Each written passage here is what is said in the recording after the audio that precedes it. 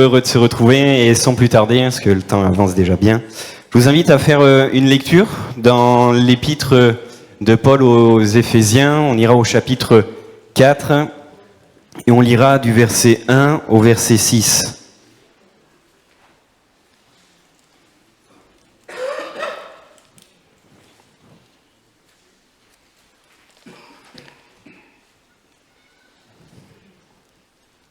Il nous est dit ceci, donc Paul ici parle, et il dit « Je vous exhorte donc, moi le prisonnier dans le Seigneur, à marcher d'une manière digne de la vocation qui vous a été adressée, en toute humilité et douceur, avec patience, vous supportant les uns les autres avec amour, vous efforçant à conserver l'unité de l'esprit par le lien de la paix. Il y a un seul corps et un seul esprit, comme aussi vous avez été appelés à une seule espérance par votre vocation. Il y a un seul Seigneur, une seule foi, un seul baptême, un seul Dieu et Père de tous, qui est au-dessus de tout et parmi tout et en tous. Amen. » Lorsqu'on ouvre le chapitre 4 de l'épître aux Éphésiens, il est important et je crois bon aussi de se rappeler tout ce qui a pu être dit par l'apôtre Paul dans les 3 premiers versets. Et j'aimerais le dire, si un jour vous souffrez d'un trouble de l'identité chrétienne, je vous encourage à relire même à relire cette épître tout en entière, parce que Paul va se plaît dans ces 3 premiers chapitres à nous rappeler finalement ce que nous sommes et ce que nous sommes particulièrement en Jésus-Christ. Au chapitre 1er, Paul dira: en Jésus, Dieu nous a élus. En Jésus, Dieu nous a prédestinés. En Jésus, nous avons été adoptés. Nous sommes devenus enfants de Dieu. Et donc, nous avons part aussi aux promesses de Dieu. Nous avons part à l'héritage de Dieu. En lui, nous avons été rachetés. En lui, nous sommes sauvés. Et Paul se plaît dans ces 3 premiers chapitres à rappeler à l'Église, à nous qui sommes en Jésus-Christ, ce que Dieu a accompli au travers du ministère de Jésus-Christ et ce qu'il accomplit encore aujourd'hui. Et après avoir été pendant 3 chapitres, je dirais très théologiques, et souvent dans les épîtres de Paul c'est ainsi, après avoir été très théologique sur ce que nous sommes, sur notre identité en Christ, en tant que personne, mais aussi en tant qu'Église, en tant que communauté, parce que dans le chapitre 2, la fin du chapitre 2, Paul va dire que tous ensemble s'élèvent comme un édifice saint qui est l'Église. Et Paul parle ici de ce projet, tant bien sur le plan personnel, individuel, quand il est venu sauver une vie, quand il est venu sauver quelqu'un, quand il y a eu une transformation de cœur, de cœur qu'il a opéré, mais il parle aussi sur un plan plus collectif, lorsque il amène cette personne dans l'église, dans cette communauté et construit cette église, parce qu'il faut se le rappeler, celui qui construit l'église, ce n'est pas un homme, ce n'est pas une identité, mais c'est Jésus-Christ. Et Jésus est le divin constructeur, il est le chef de l'église. Et Paul va, après avoir expliqué tout cela, après avoir été très théologique, il va mettre plus un aspect pratique à partir du chapitre 4 et même jusqu'à la fin du chapitre de cette lettre. Et en d'autres termes, Paul est en train de dire voilà ce que nous sommes, voilà ce que Dieu a fait en nous. Et à partir du chapitre 4, voilà ce que ça implique. Voilà ce que ça doit engendrer dans notre vie, dans ta vie, mon frère, ma sœur, parce que cette lettre, elle est encore valable pour nous aujourd'hui. Et l'apôtre Paul va utiliser ici une image qu'on a lue. Puisque nous sommes ses enfants, puisque nous sommes enfants de Dieu, puisque nous sommes ce peuple élu, puisque nous avons été rachetés, nous sommes appelés, et Paul nous encourage là-dessus, à marcher d'une manière digne de la vocation qui nous a été adressée. Et c'est le propos ici de l'apôtre Paul du chapitre 4 et même jusqu'à la fin du chapitre 6, puisque 4 reprises sur 3 chapitres, Paul va parler de cette marche, non pas d'une marche physique, mais d'une marche spirituelle, de ce que cela doit de notre conduite, parce que nous avons été sauvés, parce que nous avons été rachetés, parce que nous étions, il va le dire, morts dans nos péchés, mais par l'œuvre de Christ, nous avons été ressuscités en Christ, nous sommes vivants, nous avons part à l'héritage. Dieu nous a rachetés, il nous a amenés dans son royaume. Dieu a fait de nous ses enfants et nous pouvons bénéficier de toutes ces grâces, de toutes ces richesses que nous trouvons dans le royaume de Dieu. Et cela implique quelque chose, cela implique que on doit marcher. Et j'aimerais juste le dire ce matin, m'adresser peut-être à quelqu'un qui se pose la question si tu dois marcher ou pas. Tu devrais même pas te poser cette question parce que tu dois marcher. Nous sommes appelés à marcher, nous sommes un peuple qui est en marche vers le royaume de Dieu, vers cette progression, et l'Église dans son ensemble est appelée à marcher. Et Paul va utiliser cette image, et il faut comprendre que cette image ici, elle n'est pas nouvelle dans les Écritures, elle n'est pas propre uniquement à l'épître aux Éphésiens, parce que depuis l'Ancien Testament, nous voyons des hommes et des femmes qui ont marché avec Dieu. Souvenez-vous de Genèse 5, verset 26, la Bible nous dit que Enoch marcha avec Dieu. Il y a Genèse 6 aussi, où on voit que Noé a marché avec Dieu. Et on le comprend que dans la vie de ces hommes, marcher avec Dieu, cela parlait de leur conduite. Ils ont été des hommes de foi. Ils ont cru en Dieu. Ils ont marché selon le dessein de Dieu. Ils ont marché selon le plan de Dieu. Ils ont suivi le Seigneur. Et je vous épargne d'autres exemples, mais même dans la bouche des prophètes de l'Ancien Testament, il y a cette question et il est question que ce peuple soit un peuple, le peuple de Dieu soit un peuple qui marche selon Dieu, un peuple qui est actif, pas un peuple qui est spectateur, qui attend que les choses se passent, mais qui soit acteur, qui se mette en mouvement, un peuple qui suit Dieu dans une marche qui est une marche de foi. Et rappelez-vous même ce que le prophète Michée a pu dire dans Michée chapitre 6 verset 8. On t'a fait connaître, ô homme, ce qui est bien, et ce que l'Éternel demande de toi, c'est que tu pratiques la justice, que tu aimes la miséricorde et que tu marches humblement avec ton Dieu. Le peuple de Dieu est appelé à marcher. Et dans l'Ancien Testament, depuis la Genèse et jusque même dans le Nouveau Testament, il est toujours question de la marche. Et de marcher avec Dieu, de vivre cette vérité. Et même lorsque Jésus va arriver, lorsqu'on ouvre les évangiles, Jésus ne met pas un point d'arrêt sur ces choses, parce que lorsque Jésus arrive, qu'est-ce qu'il fait? Il va voir des hommes qui vont devenir ses disciples et Jésus va leur dire mais suis-moi. Et la Bible nous dit que ces hommes vont se lever, ils vont tout quitter, ils vont le suivre et ils vont marcher à la suite derrière Jésus. Ils vont marcher avec Jésus. C'est le cas aussi pour ceux qui sont malades, ceux qui ont été guéris. Souvenez-vous de Bartimée, cet homme qui, en tant que Jésus passe, Jésus va l'appeler, il va venir, il va être guéri. La Bible nous dit que l'on retrouve Bartimée en train de marcher et de suivre le Seigneur.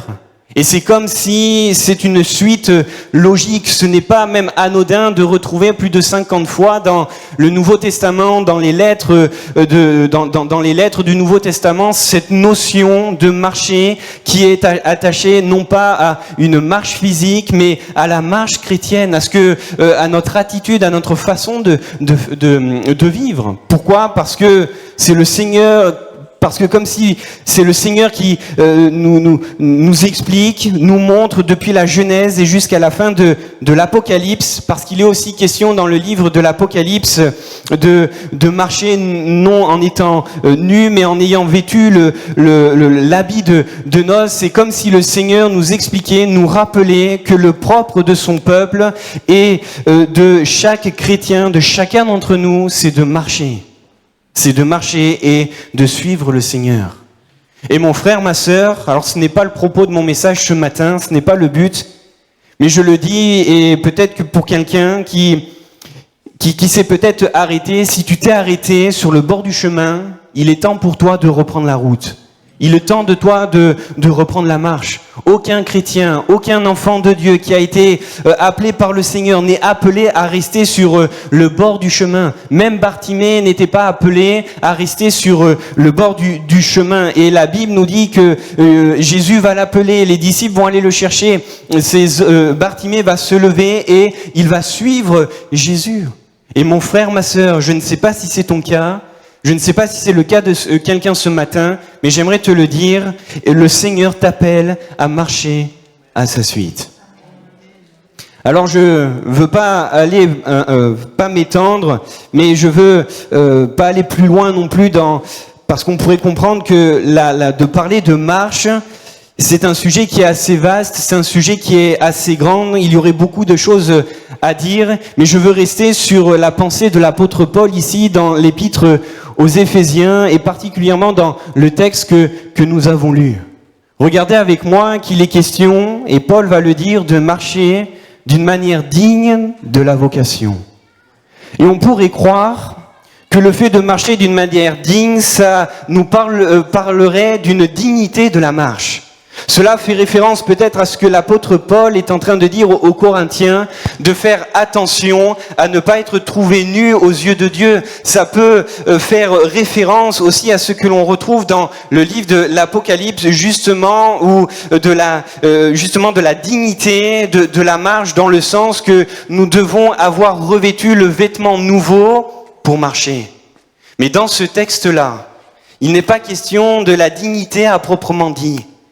Lorsque l'apôtre Paul dit de marcher d'une manière digne, il utilise un terme en grec qui signifie, et littéralement, on pourrait traduire ce verset de cette manière, de marcher à poids égal de la vocation qui nous a été adressée.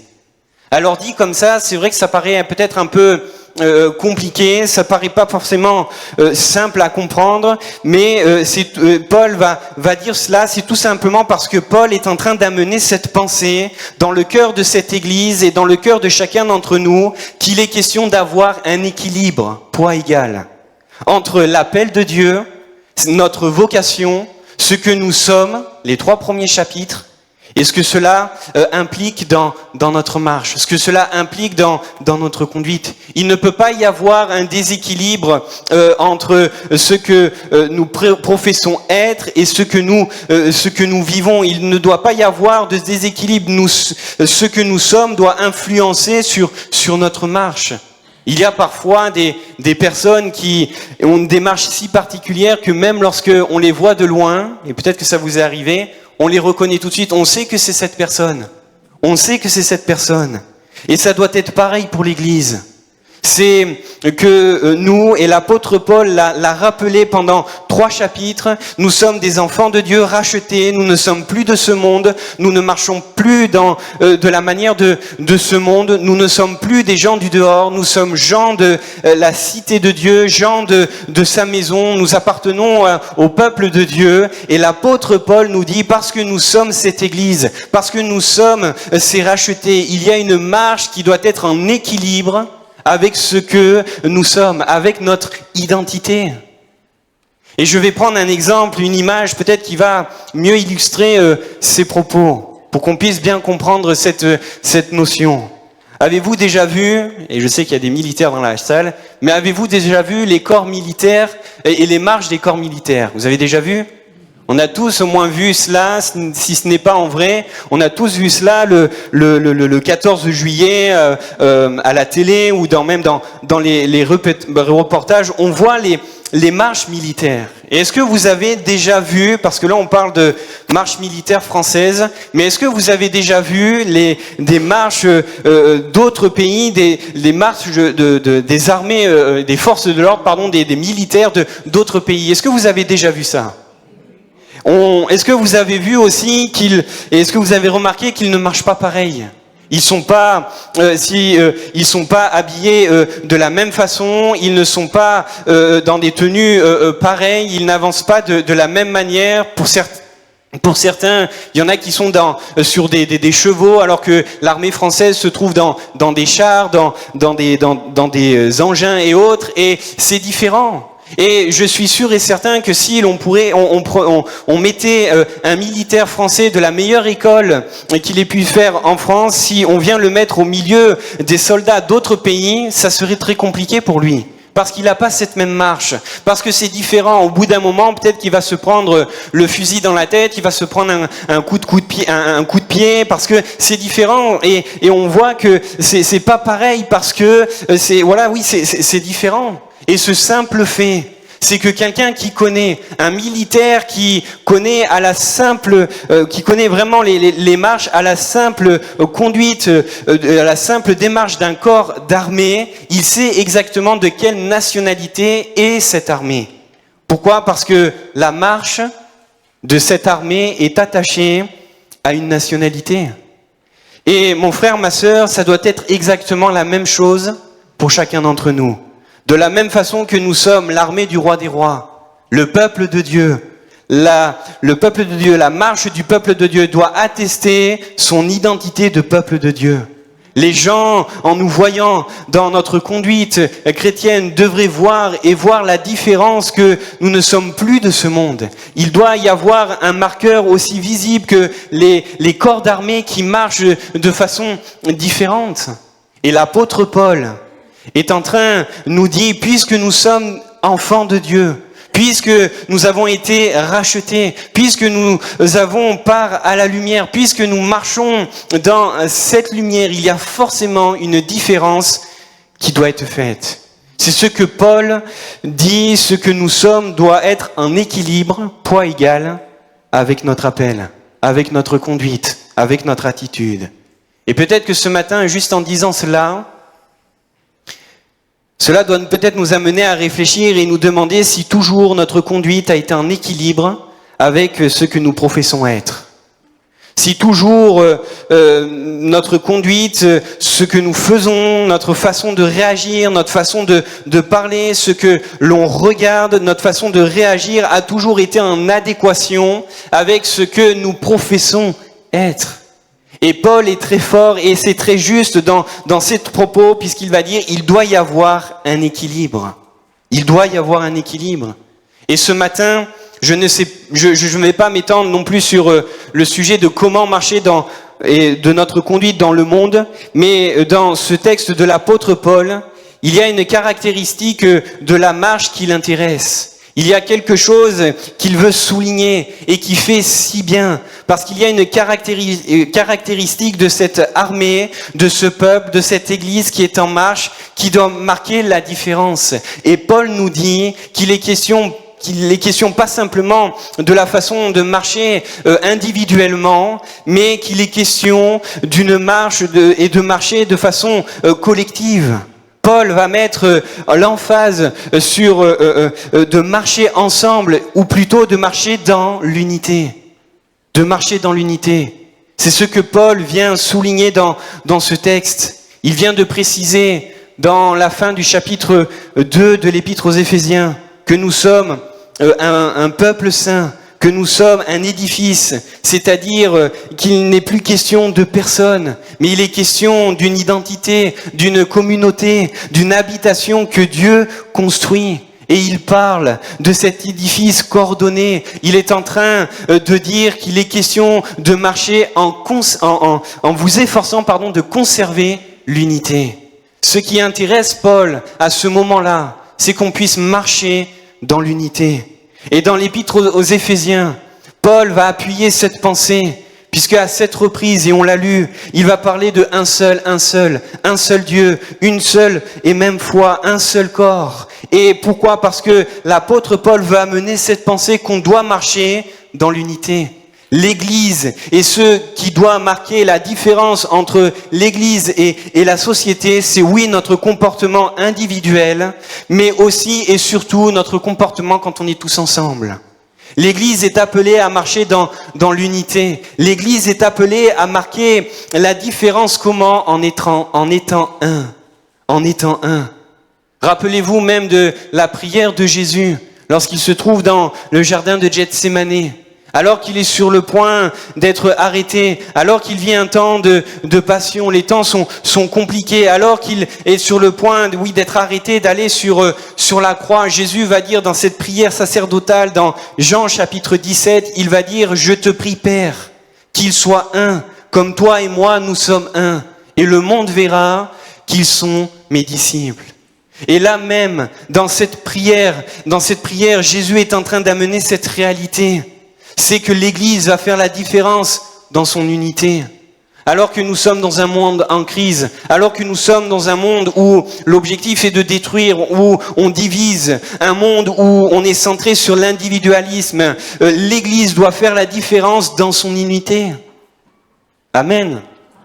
Doit faire la différence là-dedans. Et ici, dans l'épître aux Éphésiens, l'apôtre Paul nous amène à comprendre, à cause de ce que le Seigneur a fait pour nous, à cause de l'œuvre qu'il a accomplie, à cause du rachat de nos âmes, du fait qu'il nous a rendus participants au corps, nous qui ne le méritions pas, nous qui ne méritions même pas d'être participants du corps de Christ. Nous ne méritons rien, mais parce que le Seigneur a fait tout cela, il est question de marcher en équilibre avec ce que nous sommes. Et si nous sommes véritablement l'Église, si nous sommes véritablement le corps de Christ, nous devons marcher dans l'unité. Nous devons avoir absolument une conduite qui soit en adéquation avec ce que nous professons être et j'espère avec ce que nous sommes.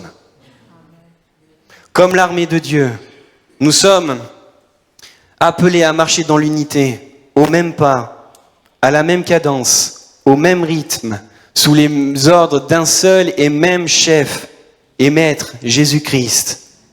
Et c'est ce que Dieu attend de l'Église, mais c'est aussi ce que Dieu attend de chacun d'entre nous. Et ici Paul nous parle de marcher dans l'unité, il va nous parler aussi d'une attitude qui favorise cette unité. Et c'est là-dessus que j'aimerais m'arrêter. On va peut-être pas aimer les mots qui vont suivre, mais Paul nous dit que si l'on veut conserver cette unité, nous devons marcher dans l'humilité, nous devons marcher dans la douceur, et nous devons marcher dans la patience. Et même on pourrait rattacher vous supportant les uns les autres avec amour au terme patience, parce que littéralement ces deux termes sont liés. Et j'aimerais m'arrêter sur ces trois vertus. Mais pour pouvoir vivre et marcher dans l'unité, j'ai besoin de marcher dans l'humilité. Je ne peux pas marcher dans l'unité sans marcher dans l'humilité.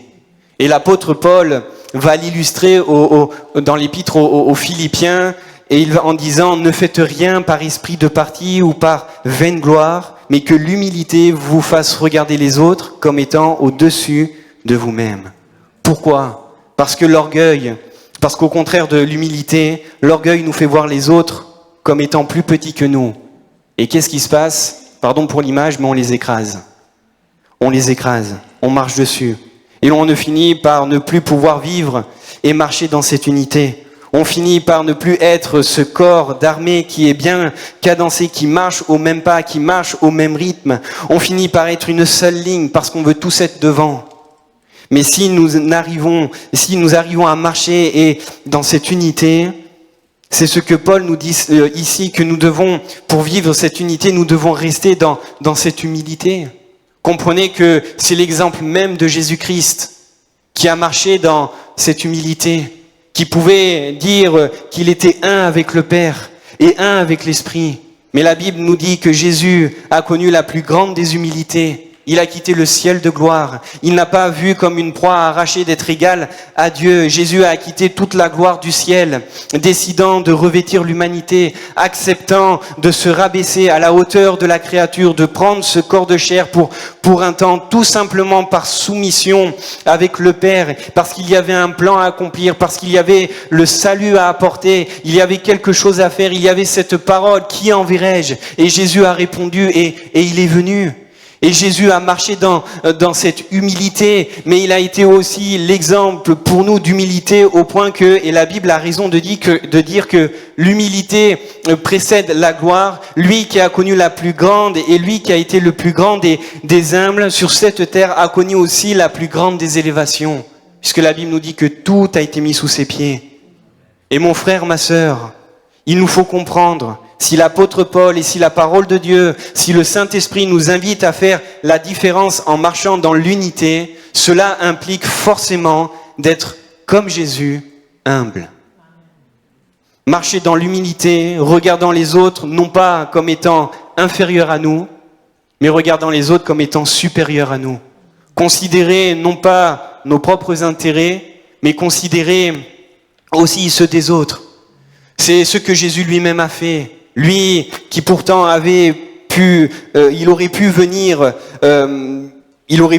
et agir de façon tellement différente, comme un roi tyran, comme un roi qui impose les choses, comme un roi qui montre toute sa force, mais avec violence. Mais Jésus n'a pas fait cela.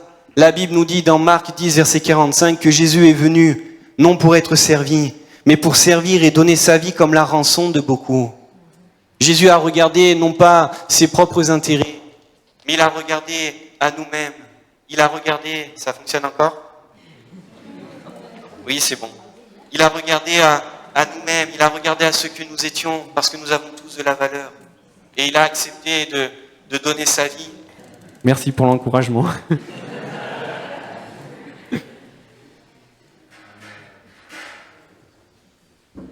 Ne pas vivre en une marche centrée sur soi-même.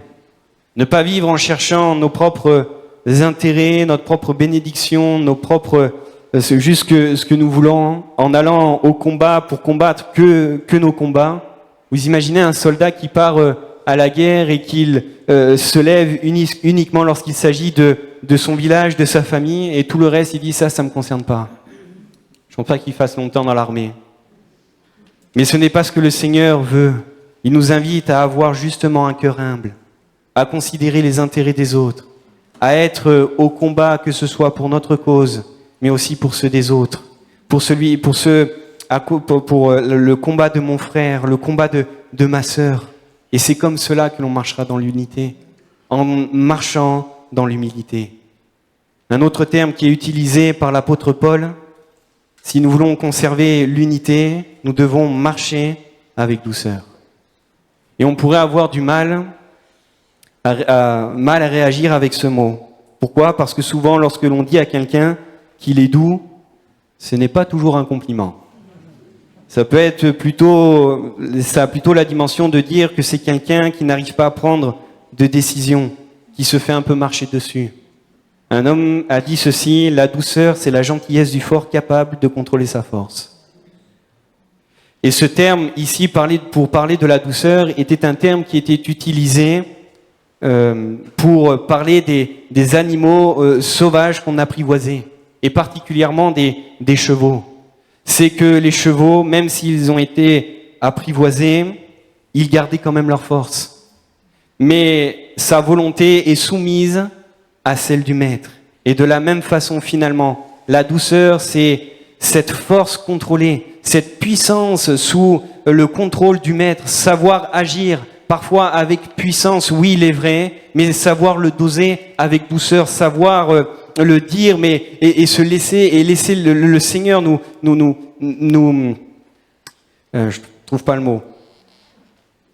Laisser le Seigneur nous parler, nous façonner pour qu'on puisse être en douceur. Savoir parler lorsqu'il faut, doser sa parole, mais avec sagesse, doser avec douceur, agir avec douceur. Parfois, reprendre, comme l'apôtre Paul pourra le dire à Timothée dans sa lettre, de reprendre les anciens, mais il va le dire, mais fais-le en toute douceur. Fais-le en toute douceur. Parfois, la parole qui doit être donnée doit être une parole qui tranche. La Bible nous dit que la parole de Dieu, elle est tranchante. Mais pour pouvoir vivre aussi cette dimension de la douceur, cette maîtrise de nous-mêmes, nous avons besoin, et pouvoir continuer à vivre dans cette unité, nous avons besoin de cette douceur. Et mon frère, ma sœur, on ne peut pas marcher dans l'unité si on ne sait pas marcher dans la douceur. Parce qu'on va faire plus de mal qu'autre chose. Des fois, et peut-être même on a été l'exemple de paroles qui nous ont été dites, mais sont venues là comme une lame tranchante et ça nous a brisé. Et là où il y avait peut-être cette unité elle a été perdue. Et ce que l'apôtre Paul nous dit, c'est de marcher dans cette douceur. Et j'en viens au terme où il va dire de marcher avec patience. Littéralement, ce mot patience dans ce texte est particulier. Le terme patience en grec, c'est la combinaison de deux mots, long et souffle. C'est comme si l'apôtre Paul nous dit que pour marcher dans l'unité, il faut avoir un souffle long. Alors on va prendre un exemple pour comprendre, très simple. Le contraire d'un souffle long, c'est un souffle court. Et vous savez ce que c'est d'avoir le souffle court? C'est un peu comme on est une cocotte minute là, et on ramasse, et il suffit juste simplement que quelqu'un marche, que quelqu'un vient nous toucher, paf, ça pète, ça explose. C'est ça, clairement, avoir un souffle court. À peine on touche, à peine on dit quelque chose, on réagit direct. Et le souffle long, c'est tout l'opposé. C'est la capacité de prendre le recul, cette capacité d'attendre, cette capacité même dans les temps de tension, de prendre une grande inspiration et de laisser les choses passer. Et comprenez que ce terme patience, il est aussi attaché à ce terme, à cette pensée de se supporter les uns les autres, parce que parfois, alors pas la moisson, mais on a besoin d'un souffle long avec les autres. On a besoin d'avoir ce souffle long parce que le frère, la sœur, il pèse bien sur le pied. Le frère, la sœur, il est là et il nous titille. Et même on voudrait réagir direct. Mais si on réagit direct, on brise cette unité. On brise cette unité. Je parle de choses qui sont assez simples, assez basiques, mais comprenez-le que dans tous les domaines de notre vie, nous devrions être animés de cette patience. Parfois dans des différends qui peuvent toucher nos convictions, dans des différends qui peuvent toucher nos familles, parfois dans des différends qui peuvent toucher nos opinions, notre façon de servir, notre façon d'agir. L'apôtre Paul nous dit que ce que l'Église est appelée à faire, c'est de marcher en équilibre avec son appel. Et son appel, c'est d'être unis. C'est pour cela qu'on a besoin de marcher avec ce souffle long. Avec ce souffle long. Et je vais avancer. Et mon frère, ma sœur, on a besoin pour cela de suivre cet exemple de Jésus. Jésus lui-même pourra dire dans le Matthieu 11, verset 29, « Je suis doux et humble de cœur ». De nous-mêmes, nous n'avons pas la capacité d'avoir ce souffle long toujours. De nous-mêmes, nous n'avons pas toujours la capacité de savoir laisser cette puissance sous contrôle du Maître pour que nous agissions, nous marchons avec douceur. Nous n'avons pas toujours cette capacité parce que l'orgueil, un homme a dit, c'est le péché qui est le plus facile à voir chez les autres et le plus difficile à voir dans le miroir. Parfois, on a du mal à vivre dans l'humilité. Il suffit de quelques réussites, il suffit de quelques compliments pour que l'orgueil arrive. Mais parce que Jésus est celui qui est humble, parce que Jésus s'est présenté comme celui qui est humble et doux, Jésus s'est présenté, il nous a montré l'exemple et en étant patient, celui qui a su avoir ce souffle long, même dans des temps difficiles, il est allé à la croix, il a gardé le silence, il n'a rien dit, il a pris nos péchés, malgré nos fautes, malgré notre rébellion, et parce que Jésus l'était, ce qui nous encourage et ce qui m'encourage, c'est que nous pouvons l'être aussi en Jésus-Christ. Jésus ne fait pas simplement pour montrer l'exemple, mais il déverse sa vie en nous, il nous rend capables. Cette humilité, cette douceur et cette patience, nous pouvons le vivre tel le fruit qui pousse sur l'arbre seulement si on reste attaché à Christ. Seulement si nous demeurons en Jésus-Christ. Seulement. Alors ce matin, le Seigneur nous appelle à marcher d'une manière digne de ce que nous sommes. C'est-à-dire un peuple uni. Une armée unie. Le Seigneur nous appelle à marcher dans l'unité et nous avons besoin, s'il le faut ce matin peut-être, de renverser tous les murs que l'on a pu construire et demander avec humilité au Seigneur, donne-moi cette attitude. Donne-moi, Seigneur, cette humilité. Donne-moi la douceur. Donne-moi la patience. Afin que je sois un artisan qui construit un artisan dans l'unité et non pas dans la destruction, non pas dans la division, mais que je sois un artisan de paix.